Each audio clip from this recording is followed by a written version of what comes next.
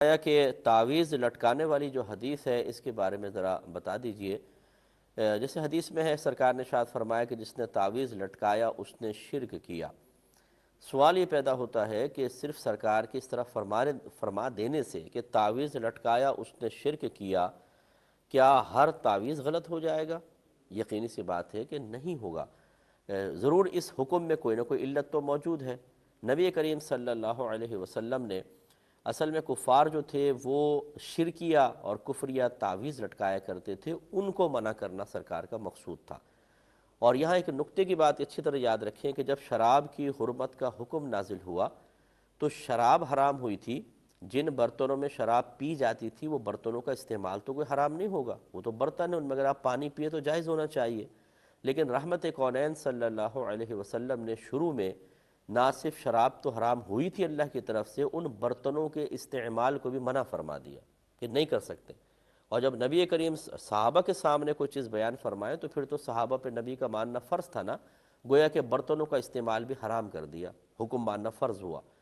جب کچھ عرصہ گزر گیا، اور یہ کیا اس میں حکمت کیا تھی کہ اگر سرکار اجازت مرحمت فرما دیتے تو جب انسان کسی چیز کا اگر کوئی عادی ہو کوئی شخص، اور جس چیز کے ذریعے وہ اس ضرورت کو پورا کر رہا تھا وہ سامنے ہو، تو اس کا اس دوسری چیز کی طرف دھیان جانا لازم ہے۔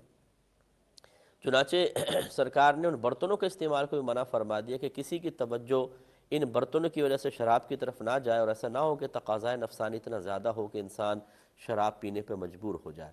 جب یہ دیکھا کہ شراب سے دوری کا بالکل ماحول بن چکا ہے اور طبیعتیں اس کے ترک پر بالکل راضی ہو چکی ہیں، اور یہ اس سے شراب کے معاملے میں مخالفت قلب میں راسخ ہو چکی ہے، سرکار نے پھر برتنوں کے استعمال کی اجازت مرحمت فرمائی۔ یہ اچھی طرح ذہن میں رکھیں کہ جب یہ شرکیہ تعویذات استعمال ہو رہے تھے، نبی کریم صلی اللہ علیہ وسلم نے شرکیہ تعویذات کے استعمال کو تو وہ حرام ہی تھے، وہ تو منع ہی فرمانا تھا۔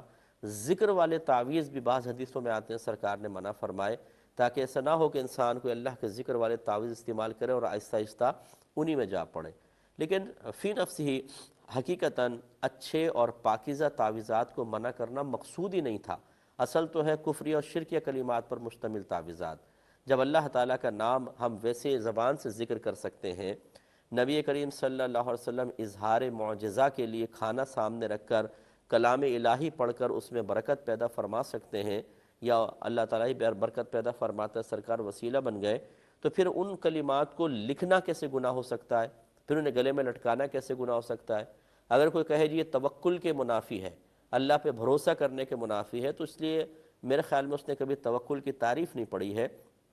توکل کا مطلب ہوتا ہے کوشش کرنا اور انجام کو اللہ تبارک و تعالیٰ کے سپرد کر دینا، یعنی کوشش توکل کے منافی نہیں ہے۔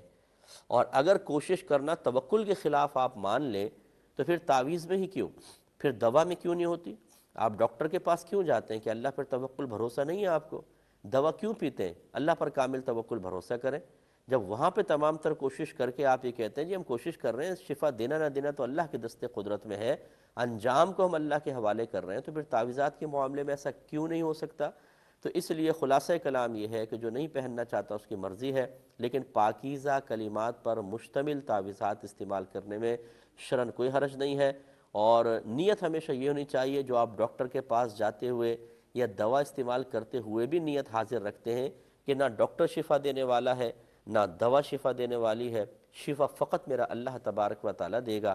ایسے اگر آپ گلے میں کوئی تعویذ لٹکا دیتے ہیں، یا تعویذ شفا دینے والا نہیں ہے، شفا دینے والی ذات میرے اللہ تبارک و تعالیٰ کی ہے، اللہ تعالیٰ نہ چاہے تو ہزاروں تعویذ لٹکا لیں کوئی فائدہ نہیں ہوگا، اور شفا دینا چاہے ایک بھی تعویذ نہ لٹکائیں اللہ تعالیٰ شفا عطا فرما دے گا۔ انگریزوں کو شفا حاصل نہیں ہوتی، وہ کون سے تعویذات استعمال کر رہے ہیں؟ تو خلاصہ کلام یہ ہے کہ اچھے پاکیزہ تعویذات جو پاکیزہ کلمات پر مشتمل ہوں، صحیح نیت کے ساتھ استعمال کرنے میں کوئی حرج نہیں ہے، اور اس میں شدت اور سختی کرنا یہ شریعت کے مزاج کے خلاف ہے، ایسا نہیں ہونا چاہیے۔